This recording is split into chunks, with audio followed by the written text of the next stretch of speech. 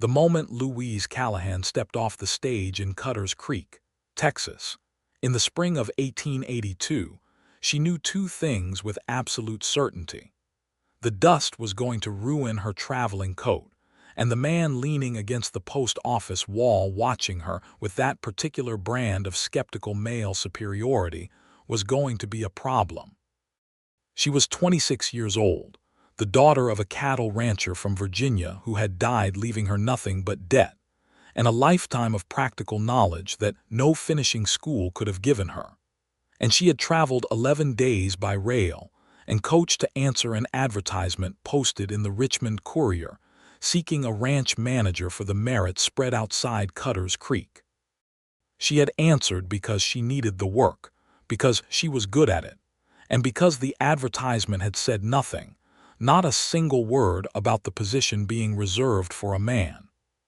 Cecil Merritt was 30 years old, broad across the shoulders, with dark hair that had grown past the point of tidiness and jaw that carried the kind of stubble that suggested he had more pressing concerns than appearances. He had dark eyes that assessed things quickly and dismissed most of them just as fast, and he was looking at Louise Callahan the way a man looks at a mistake he has already made before he understands the full scope of it. "Miss Callahan," he said, pushing off the post and crossing the packed dirt road toward her with the loose-limbed confidence of a man who owned a great deal of land and knew it. "I'm Cecil Merritt." "I assumed as much," Louise said, extending her gloved hand.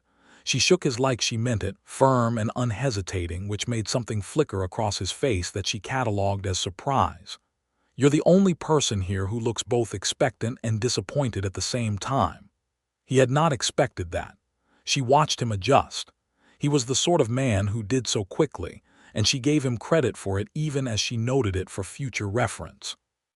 "Your letter said you had experience in cattle management," he said, lifting her trunk from beside the coach as though it weighed nothing, which told her about his strength and, she suspected, told him nothing useful about hers. "You didn't mention you were a woman." "You didn't ask," Louise said pleasantly, falling into step beside him. "You asked if I had a working knowledge of breeding stock selection, grazing rotation, and herd movement logistics. I answered those questions honestly and in considerable detail. I recall your response letter called my qualifications impressive." "They are impressive," he said, and she heard the unspoken word at the end of it, "for a woman." She had heard that particular silence her entire life, and had long ago stopped letting it slow her down. He had brought a wagon, a good solid buckboard with a reliable-looking bay horse in the traces, and he loaded her trunk with more care than she expected from a man of his current disposition. They rode out of Cutter's Creek heading northwest, and for the first few miles neither of them spoke, which Louise found preferable to the kind of conversation that was going to include phrases like, "You must understand," and "the nature of ranch work." The land opened before them in a way that made her chest ache. She had grown up in Virginia's soft green hills, had learned cattle work in those gentle contours, but this was something altogether different. The Texas hill country stretched wide and golden under a sky that was almost aggressively blue, dotted with cedar and live oak, the grass running in waves under a warm April wind. She could see why a person would fight for land like this. She could see why a person would work themselves to nothing trying to hold it. "How many head are you running?" she asked. He glanced sideways at her. "About 800. Longhorns mostly, with some Durham crosses we've been bringing in to improve the beef quality." "What's your current situation with the spring calving?" "Behind," he admitted, and the single word cost him something. She could hear it. "Lost my foreman in February. Broke his leg in a canyon fall, and he went home to his family in San Antonio. I've got 3 hands who are competent and 2 who are trying their best, and the calving is running later than I like because we had a cold March and the cows are—" He stopped himself. "You don't need the full history of my troubles, Miss Callahan." "I do, actually," she said. "That's precisely what I need. How many heifers calving for the first time?" He looked at her again, and this time there was something slightly different in the assessment. "About 140. First calf heifers need watching. You'll have presentation problems with that many. Have you got a calving pen set up with access to the house? We've got a pen. Is it close enough to the house that your night man can hear trouble without having to go out on a cold night to check every hour? A pause. It could be closer. It should be, she said simply, and then she looked back out at the land instead of at him, because she had not come here to make him feel inadequate. She had come here to work. The Merritt spread was everything the advertisement had failed to mention, and everything the land had promised from the road. The main house was a good solid structure of limestone and cedar, a working house rather than a gentleman's house, with a deep porch on the south side and a kitchen garden that had gone partly to seed from neglect. The barn was large and well built, the corrals were sound, and there were 2 bunkhouses set at a reasonable distance from the main house. Everything about it said that someone had built this place with serious intention, but she could see the edges fraying. A fence line sagged on the east side of the nearest pasture. The barn doors needed rehinging. The kitchen garden, as she had noted, needed someone's attention. Small things individually, but small things accumulated, and accumulated things became the sort of problems that cost a ranch its margin. Cecil brought the wagon around to the barn, and 3 men materialized from various places.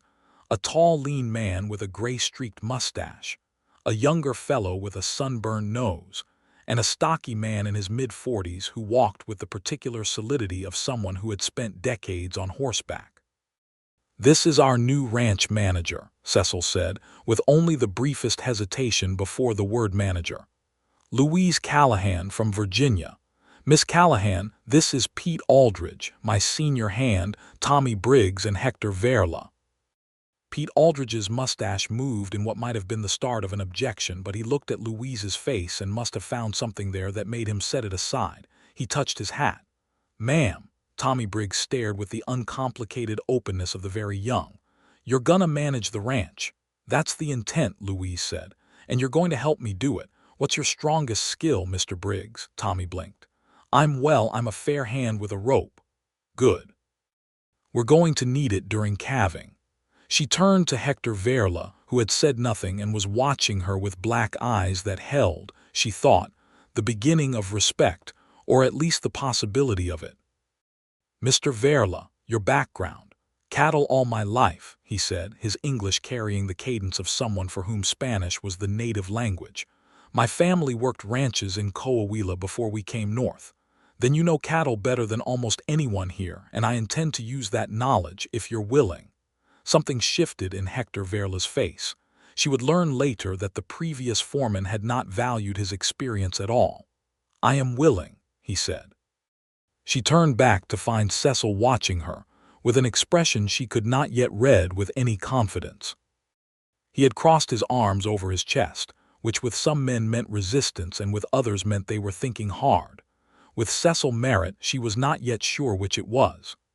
"Miss Callahan," he said, and there was something careful in his voice, something she recognized as the warning that came before an unwanted opinion. "Before you settle in, there are things about this ranch you should understand. This isn't a Virginia operation. The terrain is rough, the weather turns without warning, and the work it is genuinely hard, physical. It's not." Louise was already moving. She had spotted, from the corner of her eye, that the gate to the south corral had been left open, and that 3 heifers had taken advantage of this fact and were now drifting with purposeful casualness toward the open pasture beyond. She handed her good traveling coat to a startled Tommy Briggs without breaking stride, picked up a coiled rope from the post where someone had left it, and moved toward the loose animals with the quiet, deliberate pace that did not spook cattle but communicated clearly that they were going to go where they were intended to go. She did not need to run. She read the lead heifer's body language, the set of her ears, the angle of her hip, the slight tension in her neck, and she moved to cut off the path before the animal decided to commit to it. The heifer turned. Louise turned with her, staying just at the edge of the animal's flight zone, and she pushed her gently back toward the corral with the authority of someone who had been doing this since she could walk. The other two followed, because that is what cattle do when you understand them well enough. And within 3 minutes, all three heifers were back inside the corral, and Louise had latched the gate behind them with a solid click. She coiled the rope as she walked back toward the men, who had arranged themselves in a loose semicircle with the various expressions of the startled. Pete Aldridge's mustache had settled into something approaching a smile. Hector Verla had his arms crossed but his chin was up, and she read that as approval. Tommy Briggs simply looked delighted. Cecil Merritt had not finished telling her the ranch was too wild for a refined woman. She handed the rope back to Pete Aldridge and picked up her coat from Tommy. "I assume my room is in the main house," she said to Cecil. He was looking at her. She could not quite determine everything that was in that look, but she knew it included the recalibration of several assumptions, and she found that she did not mind waiting for him to complete it. "North bedroom," he said. "Second door on the left." "Thank you." She started toward the house, then paused. "Mr. Merritt, that gate latch needs to be replaced. The current one can be knocked loose by a heifer leaning on the post, and you'll be losing stock regularly. I'll want to look at all the fence lines in the morning if you have someone who can ride with me." "I'll ride with you myself," he said. She nodded and went inside. The north bedroom was plain and clean, with a good window that looked west toward open pasture and a wool blanket on a narrow iron bed. Someone had recently swept the floor and aired the room, which meant Cecil Merritt had, regardless of his reservations, prepared for her arrival with some care. She stood at the window for a long moment watching the light change over the pasture and reminded herself of what she was here to do. She was here to work. She was here to save enough money to eventually have something of her own. She was not here to be charmed by a man with dark eyes and a stubborn streak in land that made her chest ache with wanting. She was very careful to remind herself of that. The kitchen situation required immediate attention of the diplomatic variety. There was a woman named B. Hutchins who cooked for the household and had done so for 9 years, and who regarded Louise's arrival in her kitchen with the territorial vigilance of a hen who has just spotted a rival. B was 53 years old, short and wide and entirely capable, and her concern about Louise's presence expressed itself primarily in the offering of very large portions of very good food, which Louise correctly interpreted as a combination of testing and potential welcome. "Biscuits are ready," B said, setting a pan on the table at supper that first evening with the precision of someone placing a gauntlet. "I make them from scratch every evening. I don't hold with cutting corners in a kitchen." "They smell wonderful," Louise said honestly, and took 3, which she could tell was the right answer because B's expression relaxed by several degrees. Cecil came to the table with his hat off, and his hair still bearing the mark of where the hat had been all day, which gave him a slightly rumpled look that she found, against her better judgment, quite human. He sat at the head of the table. She sat to his right, which seemed to be where his previous foreman had sat, and Pete Aldridge sat across from her, and they ate together in the easy silence of people who work hard and are hungry. "I'd like to see the breeding records after supper," Louise said, when the first edge of her hunger had been addressed. Cecil looked up from his plate. "What breeding records?" She set her fork down very carefully. "Your records of which bulls were run with which cows when, so we can predict calving dates and know which animals need the closest watching." A silence settled over the table that told her what she needed to know before he answered. "The last foreman kept those in his head," Pete Aldridge said, with the tone of a man who knows he is delivering difficult news. Louise breathed in slowly. "He kept breeding records for 800 head of cattle in his head." "He had a good memory," Pete said. "Mostly." She picked her fork back up. "We're going to start keeping written records as of tomorrow. I'll need a good ledger book. Is there a general store in Cutter's Creek that would have one?" "Hargrove's would have it," Cecil said.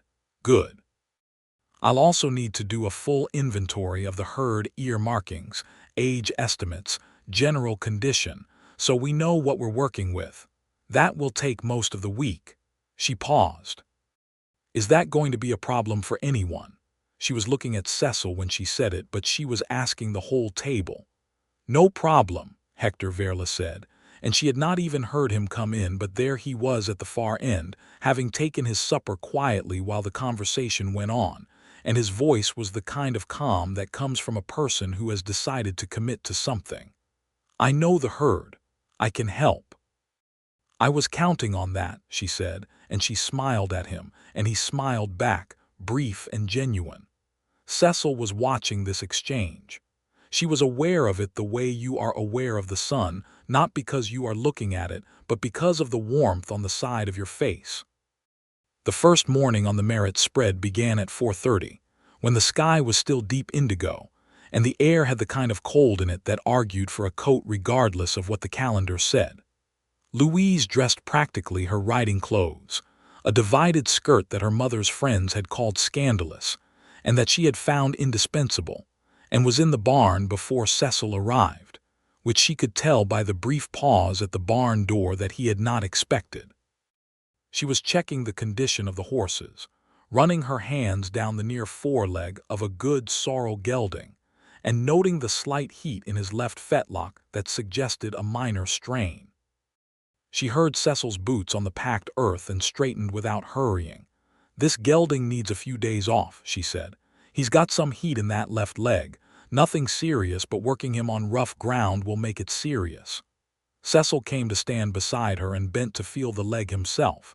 He pressed carefully, and the horse shifted his weight, which confirmed it. "That's buckwheat," he said. "He's one of my better cutting horses. He'll be better still if you rest him for 4 or 5 days and keep the leg cool. Wet cloths morning and evening." She moved on to the next horse, a big roan that looked at her with sharp, intelligent eyes. "This one is sound. Completely. That's Rio. He's a good horse, but he's got opinions. All good horses do." She stroked the roan's neck and felt him lean into it marginally, the beginning of a negotiation. "He'll be fine." They rode out as the sun was coming up, which in April in the hill country was a thing so beautiful it was almost unjust. The light came gold and low across the grass and lit the cedar trees from the side, throwing long shadows that made the land look theatrical. Louise rode Rio because she had made a small bet with herself about whether she could, and she won it within the first half-mile when the roan decided to test her, and found that she moved with him rather than against him, which was what intelligent horses preferred. Cecil watched her ride from the corner of his eye. She pretended not to notice. They covered the eastern fence line first, which was the sagging one she had spotted from the road. It was worse on closer inspection.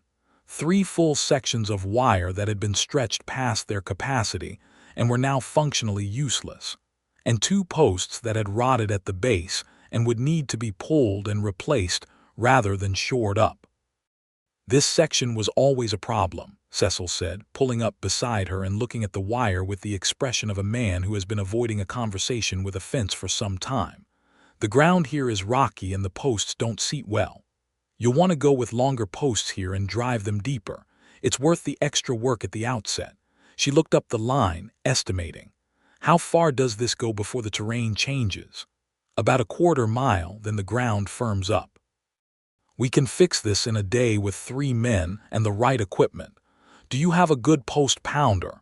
He looked at her again with that expression she was beginning to understand. It was not dismissal, not exactly.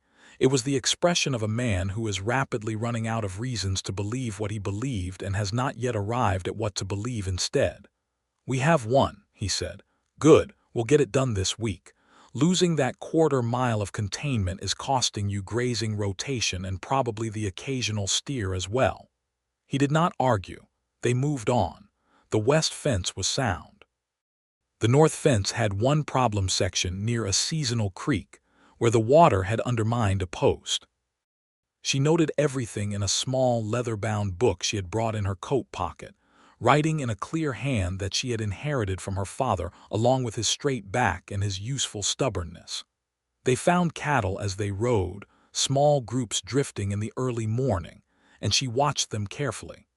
The condition of the herd was better than she had feared, and not as good as she had hoped. The cows in the lower south pasture were the thinnest, which meant they had been in that pasture too long and the grass was overgrazed. "When did you last rotate this pasture?" she asked. "February, I think. It needs to be rested."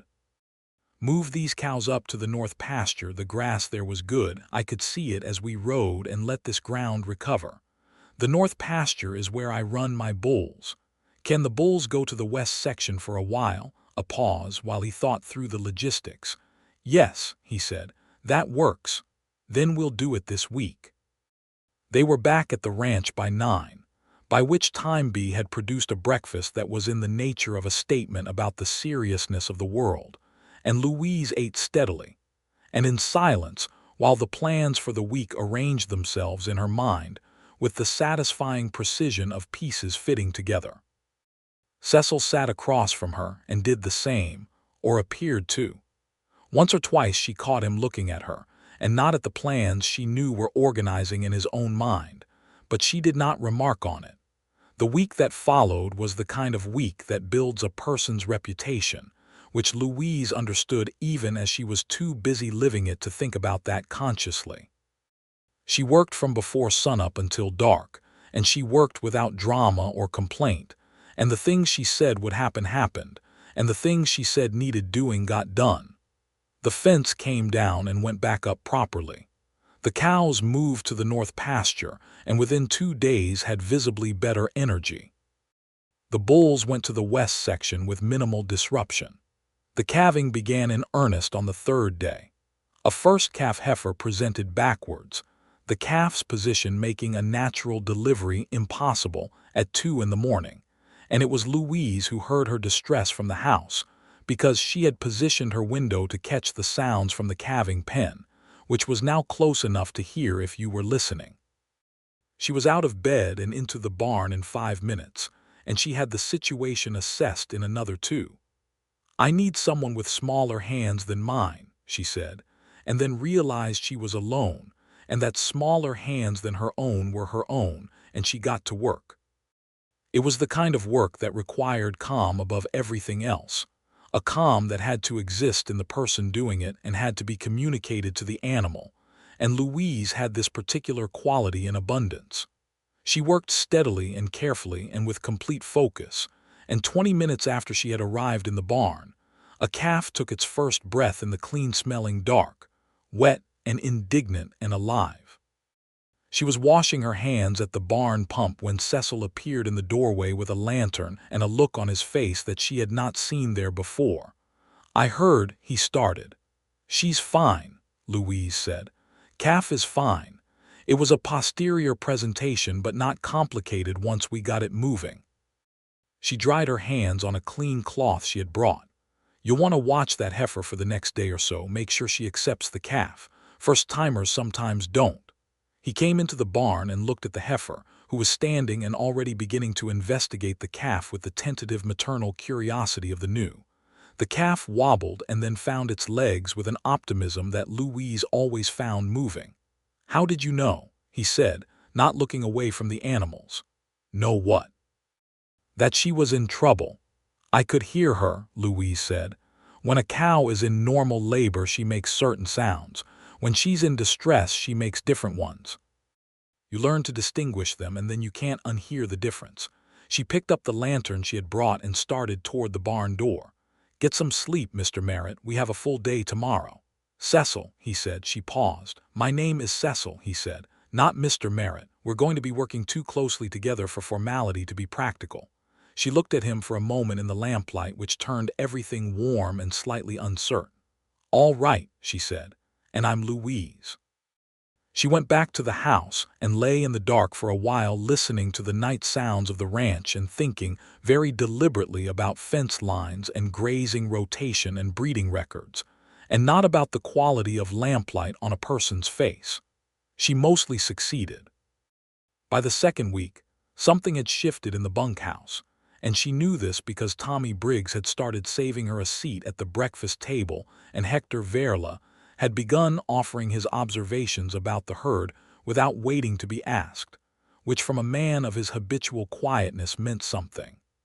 Pete Aldridge's mustache had settled into a permanent expression of cautious approval. The two hands she had not yet entirely reached, a man named Garrett Cole and a silent fellow everyone called Dutch, were watching and not yet decided, and she respected that.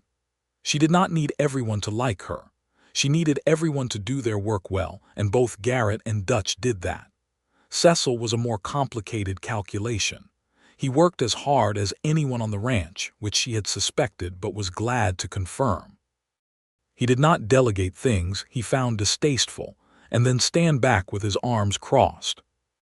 When they moved the cows to the north pasture, he was in the dust with everyone else, reading cattle and riding the flank, and she could see that he was genuinely good at it in the instinctive way of someone who had grown up doing it. When there was a fence post to be driven, he drove it. When a calf needed to be tagged and earmarked, he did his share.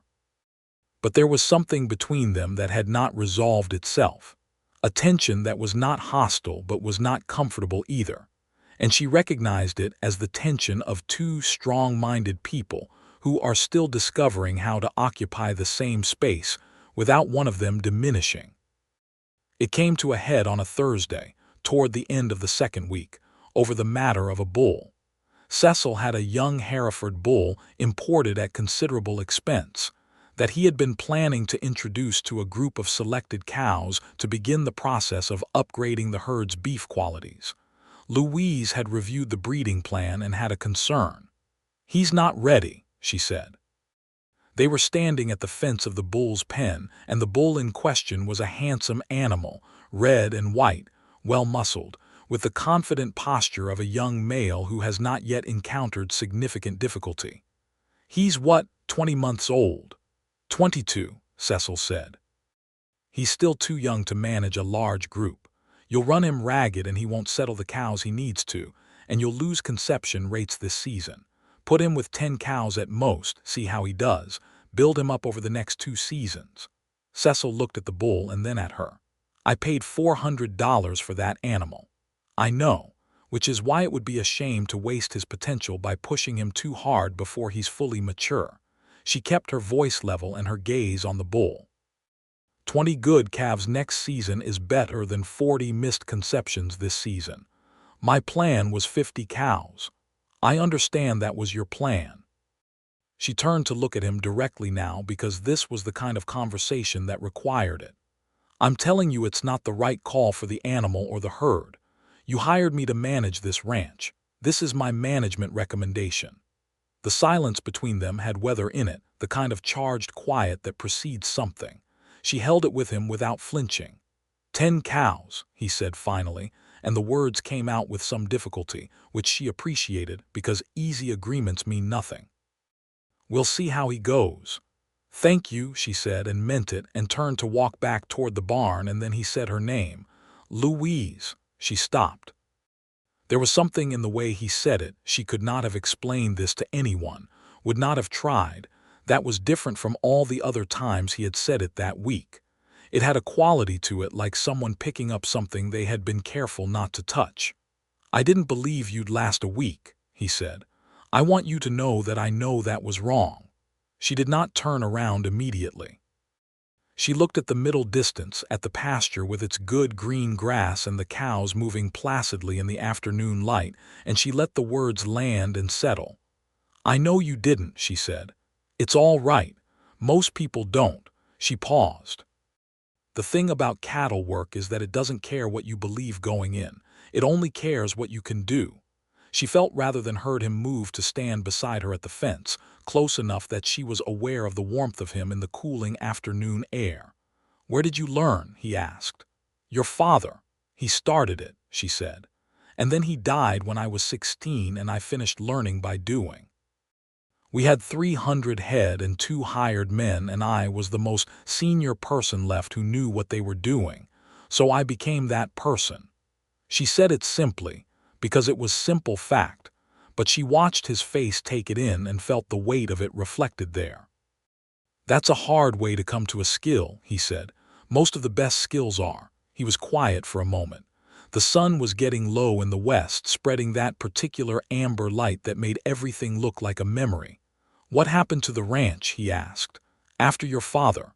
Debt happened to it. And then the bank happened to it. We managed 4 years, my mother and I, before we couldn't anymore." She heard the flatness in her own voice, and it did not trouble her. She had made her peace with those facts years ago, but she was aware of him hearing it and of what he would understand about it. "I'm very good at what I do, Cecil.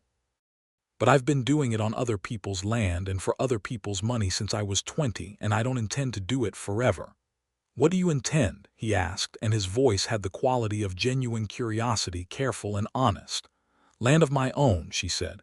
"A small operation, not 800 head, maybe 50 to start, a solid breeding program, quality over quantity." She looked sideways at him. "You think that's unrealistic?" "No," he said, and surprised her. "I think that's exactly how the best ranches start." Something passed between them in the warm evening air, something too new and uncertain to be named, but too real to be ignored.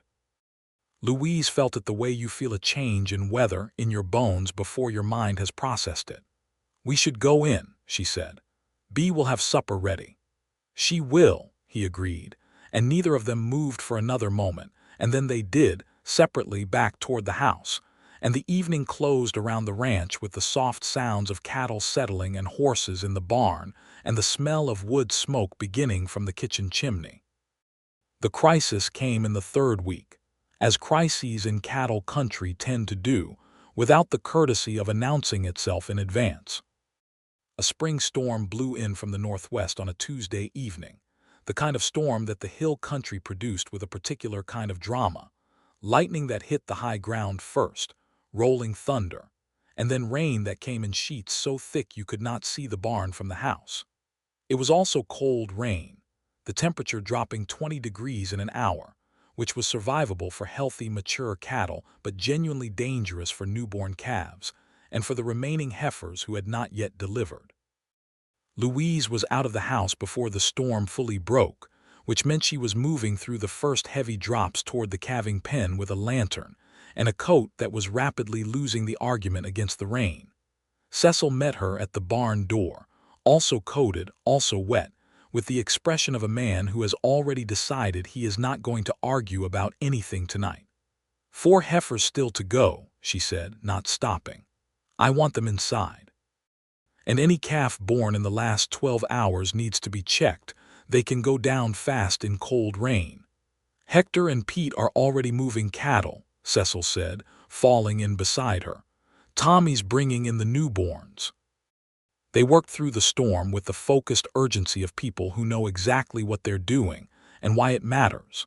Louise went heifer to heifer, assessing, moving the ones closest to delivering into the barn's dry interior, checking the calves that had already come and finding most of them sound, and several of them in need of the kind of direct intervention that involved getting very wet and very muddy in the service of an animal too young to appreciate the effort. There was a moment, sometime around midnight, when she was kneeling in the straw of the barn with a calf that had gotten chilled and was beginning to fail, rubbing it vigorously with dry sacking, while Cecil held a lantern over her head so she could see, and the storm was hammering the barn roof, and she was talking to the calf in a low-voiced nonsense words, the kind of voice that said to an animal that things were going to be all right and meant it. And she felt the calf shudder and then breathe more steadily. And she looked up and found Cecil looking at her with an expression that she had never seen on any man's face in her direction, and it frightened her slightly, and she looked back at the calf because it was safer. "She's going to be okay," she said. "Yes," he said, "she is." His voice had a different quality than it had when he was talking about the calf, and she knew it, and she told herself firmly that now was not the time. They lost no calves that night. They did not lose a single one. When the storm had passed, and the sun came back with its usual indifferent cheerfulness, they stood outside the barn in the early morning, both of them tired in a way that lived deep in the muscles and behind the eyes, and Cecil looked out at the wet pastures and the cattle moving peacefully through the post-storm light, and he said, very quietly, "Thank you." "It's what I'm here for," she said. "No," he said, This goes beyond what you're here for. You were out here last night for the same reason I was out here last night, because you care about these animals, you care about this ranch." She looked at him carefully. "It's a good ranch," she said. "It deserves to be cared for." He was looking at her the way he had in the barn, that expression she was not yet comfortable categorizing. "Louise," he said. Mr. Merritt." Tommy Briggs's voice came from across the yard, carrying the particular pitch of a young man trying to sound calm about something that was not calm. "We've got a fence down on the south side. Looks like lightning hit a post." Cecil closed his eyes briefly. When he opened them, the expression had been replaced with something more practical. "We'll take care of it," he said, to Louise rather than to Tommy, and she understood this as both a statement about the fence and something slightly larger than that, and she nodded, and they went to take care of it. There was a Saturday in late April that Louise would remember for the rest of her life, though she would not fully understand why until later. Cecil had gone into Cutter's Creek for supplies and to deal with some business at the bank, and Louise had stayed at the ranch to supervise the branding, which needed to happen and which she could manage without him. The branding went efficiently. Hector Verla worked the fire, Pete and Garrett handled the flanking, Tommy worked the gate, and Louise moved through the pens calling calves and keeping the work organized, and by early afternoon they were done, which left Louise with an unaccustomed hour of something approximating leisure. She took it to the kitchen garden. She had been looking at it since she arrived with a kind of suppressed urgency, the way you look at a problem you know you should address but have not yet had time for. The garden had good soil, deep and dark, with the rich smell of ground that wanted to grow things, and someone, years ago, had built a solid framework of raised beds and a small fence against rabbits. But the beds had gone to weeds and the fence had 3 gaps in it, and the whole thing had the air of abandoned potential. She had gotten a shovel and was working the soil in the nearest bed, not quite thinking, letting her hands do the work while her mind rested, when she heard the wagon coming back from Cutter's Creek earlier than expected. Cecil came around the side of the house and stopped when he saw her. She was kneeling in the garden bed, her hands in the dark earth, her hair coming loose from its pins because she had taken her hat off when the work got close and careful. She looked up at him without embarrassment. "I thought the garden could come back," she said. "The soil is excellent. You could have kitchen vegetables by June if you start now." He was holding a paper-wrapped package under one arm, and he set it on the porch railing and came to stand at the garden fence, which she noted he stayed outside of, as though the space she was in required a kind of respect. "My wife planted this garden," he said. She had not known he had been married. She stayed very still for a moment with her hands in the dark soil, and then she said quietly, "I'm sorry, I didn't know." "She died 4 years ago," he said. "Fever. She was 23. He said it without drama, with the flat, careful tone of someone who has done a great deal of work on a grief and does not want to undo that work. She would be glad someone was tending to it." Louise looked at the bed she was working and thought about a woman she had never known who had built something and loved it and left it. What was she like? She asked because she thought he might want to be asked, and because she was the kind of person who believed that the dead deserved to be spoken of. "Good," he said simply. "She was good and kind, and she tried very hard to love this life even when it was hard." He paused. "She was not a cattle woman. She was a music teacher from San Antonio. She hated the smell of the barn." Louise pressed her lips together to keep from smiling, which was wrong for this moment, but there was something almost unbearably human in that detail. "And you loved her anyway," she said. "Very much," he said. "For 3 years." He was quiet for a moment. "This ranch was supposed to be different after she died." Quieter, less. "I told myself I would just run the cattle and not think about making it into anything else." She understood this. She did not say so, but she understood it completely. "The garden should grow," she said instead. "B could use the vegetables. It doesn't have to mean anything beyond that." He looked at her for a long moment. "No," he said, "it doesn't, and then, I brought seeds from Hargrove's. Wasn't sure why I did it until now." He picked up the paper package from the porch railing and brought it to her over the garden fence, and she took it from his hand, and their fingers did not quite touch, and somehow that almost touch was more present than contact would have been. "Tomatoes and pole beans and sweet corn," she said, reading the labels. "Good choices." "I also got the ledger book," he said. "The one you asked for." She looked up at him. He was smiling just slightly, and it changed his face in a way that she was not prepared for. She had seen him serious, and she had seen him frustrated, and she had seen him tired and focused and reluctantly impressed. She had not yet seen him simply, openly pleased about something small, and the smile did something to his whole face that made her chest feel that particular titan too large, feeling that she had been careful to avoid noticing. "Thank you, Cecil," she said, and put the seeds in her coat pocket and went back to working the soil. He stood at the garden fence for a while longer, not saying anything, just standing there in the afternoon light, and she pretended she did not know he was there, and they were both very aware of the pretense. May came to the hill country like a promise being kept, all warmth and new grass and the particular green that comes after a wet April, and the Merritt spread expanded into it with the energy of a ranch finding its footing again. The calving was 93% complete with excellent survival rates. The breeding records Louise had begun were already proving their value. She had identified 3 cows that had been missing their seasons due to a nutritional deficiency, and she had addressed it, and she expected to see the results in the fall. The Hereford bull, carefully limited to his 10 selected cows, was performing admirably and had clearly appreciated not being overwhelmed. Louise had noted this outcome with satisfaction and said nothing about it, which Cecil clearly noticed, because one morning at breakfast he said, unprompted, "You were right about the bull." She poured her coffee. "I usually am," she said pleasantly, and Pete Aldridge's mustache made that smile shape, and Tommy Briggs laughed, and even Cecil looked at her with that almost smile that she was increasingly unable to look away from. The garden was growing. The pole beans were up and reaching for the stakes she had set for them. The tomatoes were small and determined.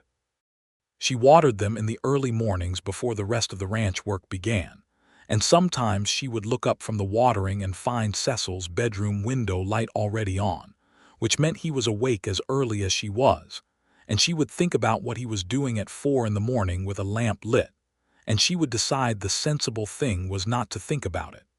It was Hector Verla who said something first, which was unexpected because Hector was not a man who said things first.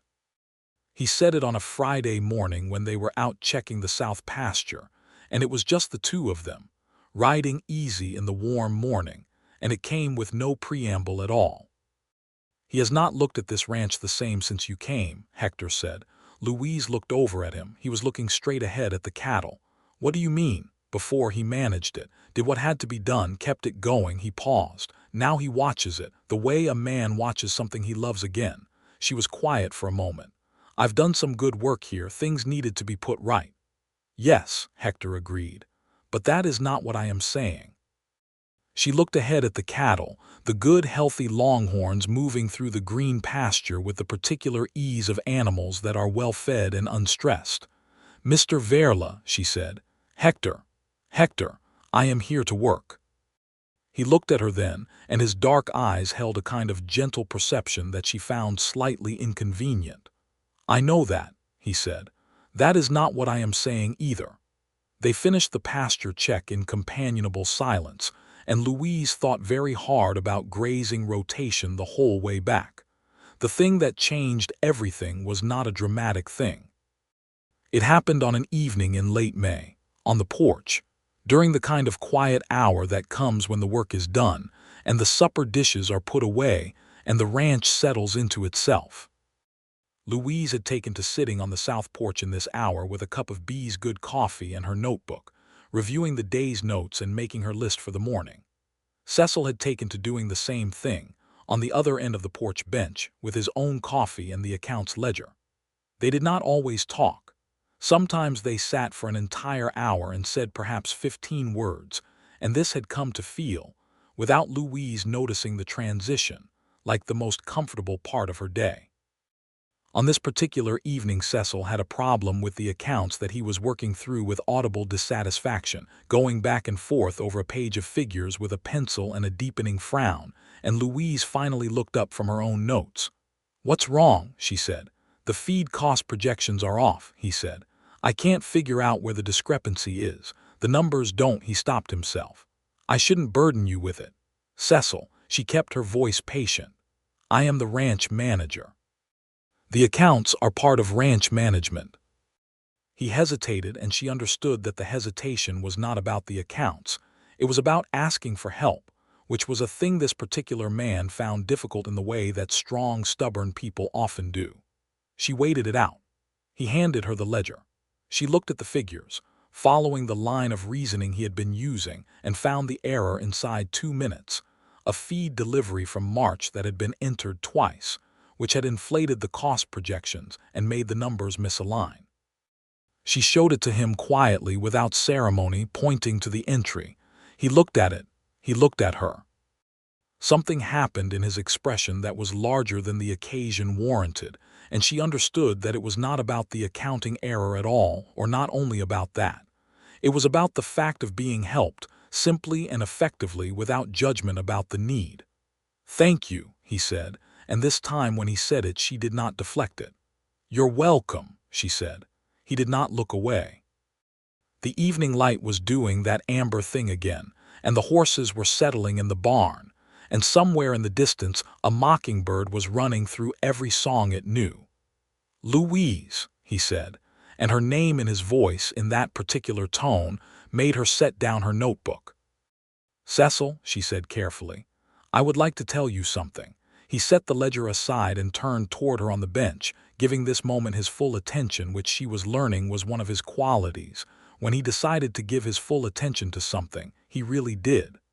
"I came close to not hiring you. When you stepped off that stage and I saw who you were, I nearly told you it was a mistake and put you back on the coach." "I know," she said. "I'm telling you because I want you to know that I understand what a fool that would have made me." He paused. "This ranch is better for you being here. I can see it clearly now.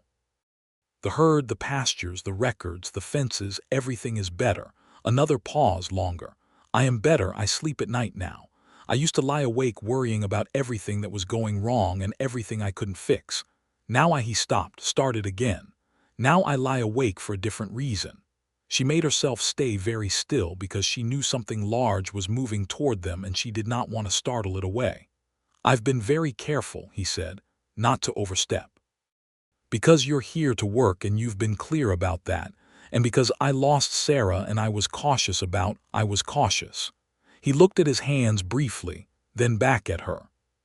"But I think you should know that this is not. I don't think of you as my employee, Louise. I haven't for some time." The mockingbird reached the part of its repertoire that sounded like a cardinal. "How do you think of me?" she asked, and her voice was steady, which she was proud of. He looked at her directly with those dark eyes that she had stopped trying not to notice. "I think of you as the person I look for in the morning," he said. "The person I want to tell things to, good things and hard things. The person whose opinion I care about, not because it's useful, which it is, but because," he made a small gesture that for him was equivalent to a speech, "because it's yours." The ranch was very quiet. The mockingbird had stopped. "Cecil," she said, "I came here to work. I know. I came here to save enough to have something of my own. I know that too." She looked at the pasture, which she could barely see now in the deepening dusk, and she thought about what she had not let herself think for the better part of 2 months. She thought about the way the ranch felt when she walked it, the particular quality of belonging that she had been calling professional attachment, because any other name for it was frightening. She thought about a man who had driven fence posts alongside his hands and gotten up at 2 in the morning to hold a lantern over a struggling calf and brought seeds from the store without knowing why he was doing it.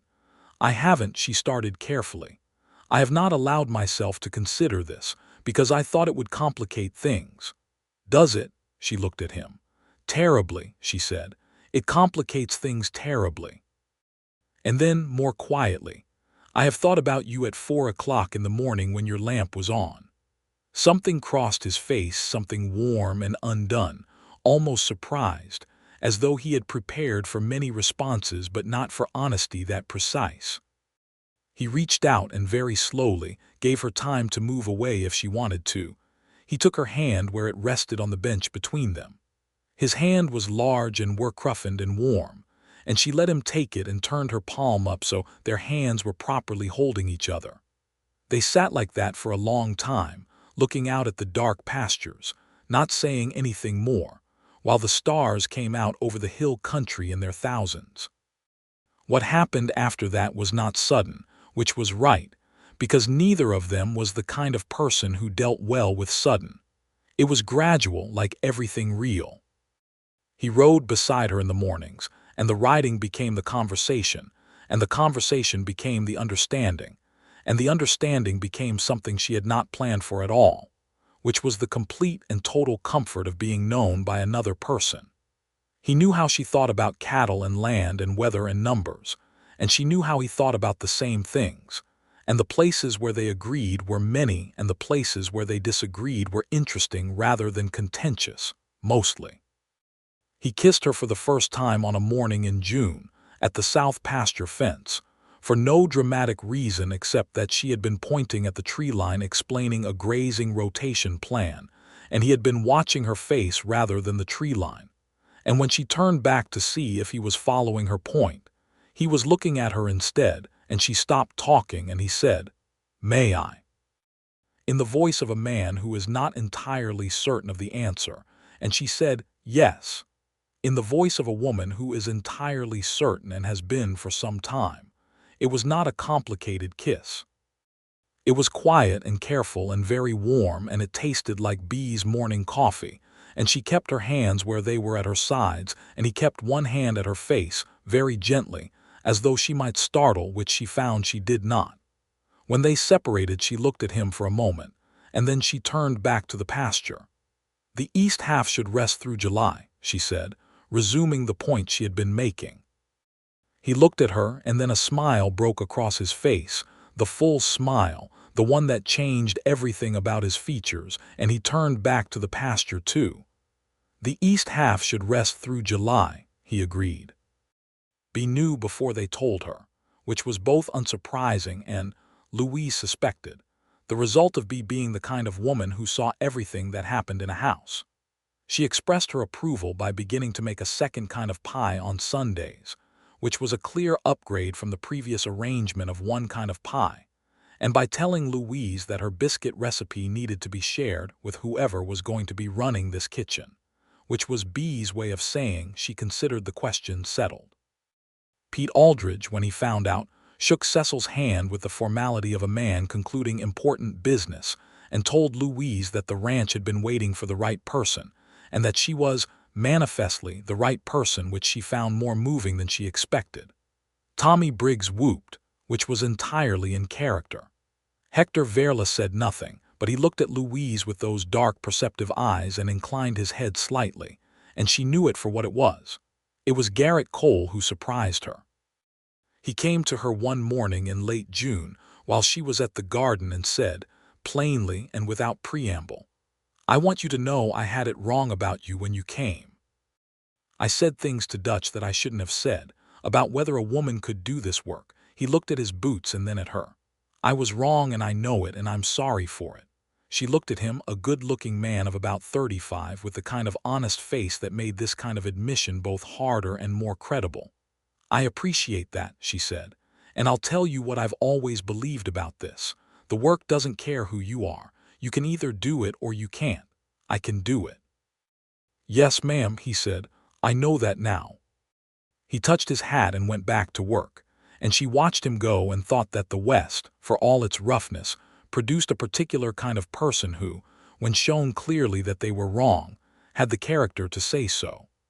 June moved into July, and July was the hill country in full summer, which meant a heat that had honest ambitions and a sky that was the most serious blue Louise had ever seen. The ranch work shifted to the rhythms of high summer checking water sources, watching for signs of heat stress in the cattle, managing the grazing to keep the animals on the best grass without overworking the pastures.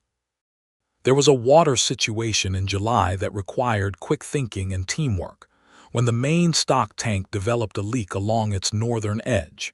It was not a catastrophic leak, but it was significant, and Louise found it on a Tuesday morning inspection and had a repair plan organized before noon. The repair required 2 days of hard work from everyone, diverting stock to alternate water sources and working the muddy tank edge. But it came together with the efficiency of a crew that had found its rhythm. And when it was done, and the water held, and the cattle came to drink in the restored tank's full water, there was a satisfaction in it that she felt in every tired muscle. Cecil, standing beside her at the end of that second day, covered in mud to the elbow and visibly exhausted, looked at the tank and then at her and said, "What would I have done without you?" "Lost several head to dehydration, probably," she said honestly. He laughed. It was a full laugh, deep and unguarded, and she turned toward it the way a plant turns toward light, and he looked at her laughing and then stopped laughing and simply looked at her instead, and she felt warm from the inside out. There was a matter that arose in August that was not strictly ranch business, but that touched on the world outside the Merritt spread in ways that Louise could not ignore. She had ridden into Cutter's Creek on an errand. The ledger books needed new pages sewn in, which the woman at Hargrove's general store could do, and she had observed, as she often did, the various threads of the small town's life. She had come to know several of the townspeople by this point, the way you know people when you see them regularly in a place where everyone sees everyone.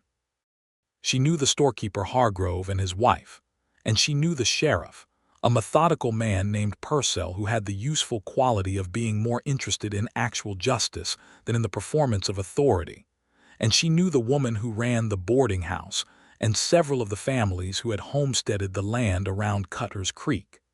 She had also come to know, through Hector, that the Verla family's situation was more complicated than it appeared on the surface. Hector's younger brother, Tomás, had been working a small piece of land on the creek's south side, land that the Verla family had been on for 15 years, land that predated the current sheriff and the current county lines. A rancher from the east side of the county named Aldred Simmons was claiming that Tomás Verla's fencing encroached on his grazing allotment, and Simmons had taken his claim to the county recorder, with the kind of legal machinery that only works well for people who already have money and connections. Louise had heard about this from Hector in the careful way that Hector told difficult things, quietly, factually, without asking for anything. She had sat with it for 2 days and then she had spoken to Cecil. "This is a real problem," she said. "Hector's family has been on that land longer than Simmons has been in this county. The survey records should show it." "Simmons has friends at the county seat," Cecil said. His voice had something flat and careful in it, the tone of a man who knows the ugliness of a situation. "That is not the same as being right," Louise said. He looked at her. "No," he said, "it's not. Will you help?" He was quiet for a moment, and she understood what she was asking. It would create friction with Simmons, who was the kind of man who made friction difficult and expensive. But she waited, because she believed in his character and believed that the right answer and Cecil Merritt were capable of finding each other. "Go see Purcell," he said. "Tell him I'll testify to the survey records. I've got the old maps from the county office and they show the Verla land clearly. And tell him that Hector has been on my payroll for 6 years, and his word is worth more than Simmons' lawyer in any court I've ever been near."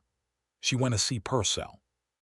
She brought the survey maps which she had found in Cecil's office files with, it turned out, not very much searching, and she laid them out on the sheriff's desk with the precise clarity of a woman who had been managing records for several years and understood what a boundary line meant. Sheriff Purcell looked at the maps and looked at Louise and said, "This is clear enough. The trouble is Simmons is making this about the fence, not the land." "The fence follows the land," Louise said. "If the land line is correct, the fence is correct." "You're not wrong," Purcell said. It took 3 weeks and a county hearing and Cecil's testimony, and ultimately, The survey records that a fair-minded county recorder reviewed with appropriate care, but Tomás Verla kept his land. Simmons took his grievance back across the county with somewhat less authority than he had arrived with, and in Cutter's Creek, among the people who paid attention to these things, a certain understanding settled that the Merritt spread was not a place that looked the other way. Hector Verla, when he learned the outcome, came to Louise in the kitchen garden on a September morning and stood for a moment without speaking. She looked up from where she was gathering the last of the late tomatoes. "My brother has his land," he said. "Good," she said. "He should have it." "You did that," he said. "Cecil did it," she said. "I just found the maps." She paused. "And you should be able to rely on the people you work with. That's how it should be." He looked at her for a long moment and then he said simply, "You are the right person for this place," and walked back toward the barn. She stayed in the garden for a while, surrounded by the good smell of tomato plants in the September sun, and thought about what it meant to be the right person for a place, and found that she believed it, and found that it felt like something settling into its right position. Cecil asked her to marry him on an October evening, which he had clearly thought about at some length, because the thought was visible in the way he approached it, with the directness of a man who had prepared, and the uncertainty of a man who knows that preparation does not guarantee outcome. They were on the south porch, where so much of the important conversation of the past 6 months had happened, and the evening was cooling toward that first edge of autumn, the oak trees beginning their slow golden change, and Bee had made her Sunday pie 2 days early for reasons that would become apparent. He had a small box, which he had clearly brought from San Antonio on his last supply trip without mentioning it, and he held it with the self-consciousness of a man who is unused to this particular gesture. "I know you came here with your own plans," he said. "Your own land, your own operation. I know what that means to you, and I want you to know that I am not asking you to give that up." He paused and seemed to be finding the next words carefully. "I am asking you if your plans might be large enough to include me, and this land, because I believe, Louise, that I have been waiting without knowing it for someone who could look at this ranch the way you look at it. Who could look at me the way you look at me." She sat very still and let him finish. "I love you," he said, and it came out without the careful preparation of the rest of it, raw and honest and a little surprised at itself. "I did not plan to. I planned to hire a manager and have the ranch put right and keep the life small and manageable. But you are not something I planned for." He opened the box. A small gold ring, simple and good. "Will you marry me, Louise?" She looked at the ring and then at him, and she thought with sudden clarity about 11 days on a stage and a dust-covered road and a man leaning against a post office wall with his arms crossed, and the distance between that moment and this one, all the work and the calves and the coffee and the early mornings, and the fence lines in the garden and the hand taken quietly on the bench between them. "Yes," she said, "I will." He put the ring on her finger, and she held her hand up to look at it in the failing light, and then she looked at him, and he was looking at her with that full smile, the one that changed everything, and she leaned forward and kissed him properly, with all the certainty she had. From inside the house, there was a sound that was Bee dropping a pan, which they both chose to interpret as an accident. They were married in November, in the small Presbyterian church in Cutter's Creek, which was a plain and honest building that suited them both. Louise wore a dress she had made herself from cream-colored wool, practical enough to be comfortable and good enough to mark the occasion, and she carried a small bunch of the last of the garden's late flowers, which Bee had arranged with fierce attention the morning of the wedding. Cecil wore his best coat and had shaved that morning, which Louise noticed with amusement and something warmer. The whole ranch came: Pete Aldridge, Tommy Briggs, Hector Verla, Garrett Cole, Dutch B. Hutchins, who cried through the entire ceremony without any attempt to hide it, and half of Cutter's Creek filled the rest of the pews, because a wedding is a good reason to leave whatever else you are doing, and because the town had watched Louise Callahan remake the Merritt spread with its own eyes over the course of 8 months, and had formed opinions about her that were largely favorable. Hector's brother Tamaz came, which made Hector stand very straight during the ceremony with the look of a man who has several things to be glad about at once. Sheriff Purcell sat in the back with his hat in his hands and watched the proceedings with the expression of a man who approves of how things have turned out. The Reverend pronounced them married, and Cecil turned to Louise, and there was a moment, just a moment, of the particular quality of stillness that exists between intention and action, and then he kissed her, and the church produced the cheerful noise that churches produce at these moments, and Tommy Briggs whooped, and Bea wept harder, and Pete Aldridge's mustache smiled its fullest smile yet. They went home to the Merritt spread, which was now the Merritt spread in a different sense than it had been the morning Louise Callahan stepped off the stage in Cutter's Creek, and Bea had set out a supper that was in the nature of a declaration, and they ate it all together, the whole ranch family at the long table, with the kind of noise and warmth that a house makes when it is being properly used. The following year was the year the Merritt spread became something that the county paid attention to. The breeding program that Louise had built, careful selection, documented records, the deliberate introduction of Hereford genetics into the Longhorn base, was producing calves that weighed more at weaning than the regional average, and had the hardiness of the Longhorn combined with the beef quality of the Hereford. Cecil took a group of steers to the fall market in San Antonio and got prices that made the buyer look at him twice, and made the bank in Cutter's Creek reassess certain things about the Merritt account. Louise had a letter from her mother in Virginia that spring. Her mother was alive and well and living with Louise's aunt, a situation that had been the arrangement since the ranch was sold, and she wrote back with a thoroughness that covered 6 pages and included, among many other things, the fact of her marriage. Her mother wrote back within the month with a letter that expressed happiness and only the mildest surprise, which was, for her mother, approximately the same as throwing her hat in the air.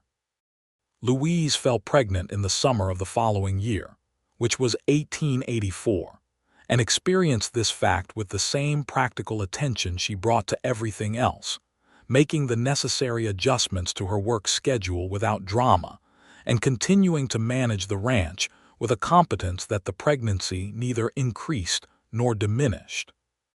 Cecil experienced the fact of the coming baby with an intensity of feeling that he expressed primarily through concern about fence conditions and proximity of the calving pen to the house, both of which Louise found so characteristic of him that she loved him more for it rather than less.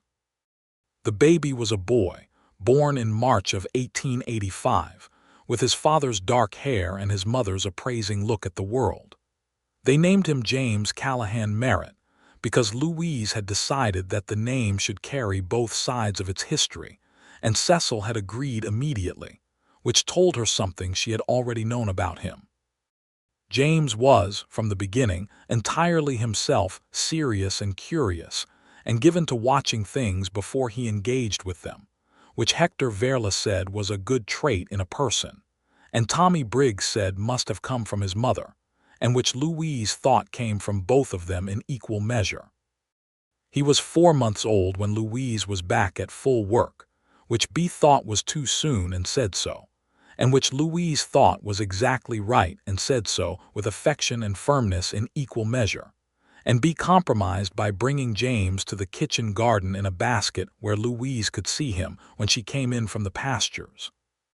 Pete Aldridge taught himself to make a funny face that made James laugh, and took obvious pleasure in this skill, and it softened the remaining rough corners of the old cowhand's manner in a way that years of routine never had. 2 years after James came his sister, Clara, who was named for no one in particular, but who arrived in the world with the absolute conviction that everything should happen immediately, which distinguished her from her brother in fundamental ways from the first hour. She had her mother's brown hair and her father's broad-shouldered constitution, and an opinion about everything from the outset. The ranch grew with the family, not in the frantic speculative way of some operators, pushing for scale regardless of quality, but in the careful, deliberate way of people who understood that the land had limits and that those limits were worth respecting. They added pasture on the north side in 1886, purchasing a stretch of land from a neighbor who was moving to Colorado, and they ran it right from the beginning, rotating the grazing, maintaining the water sources, watching the grass. Hector Verla was made foreman in 1885, with a formality that Cecil and Louise both felt was long overdue, and he took the role with the same quiet competence he brought to everything, and hired his youngest cousin from across the Rio Grande to fill the hand position, which added a useful person to the crew and deepened the ranch's ability to speak Spanish, which was a practical advantage in this part of Texas. Garrett Cole proved himself, year over year, to be exactly the kind of man who gets better the longer you know him, and he took on more responsibility as Tommy Briggs eventually left to start his own small operation south of Cutter's Creek, which everyone celebrated because Tommy had been preparing for it since the day Louise had met him, and it was right that it happened. Dutch, who Louise had never fully cracked open in terms of conversation, turned out to be a man of extraordinary skill with horses, not just riding them but understanding them, which was the rarer thing, and he became the person the ranch relied on for everything equine, which was a great deal, and he did it with the same silence he brought to everything and an evident satisfaction in the precision of the work.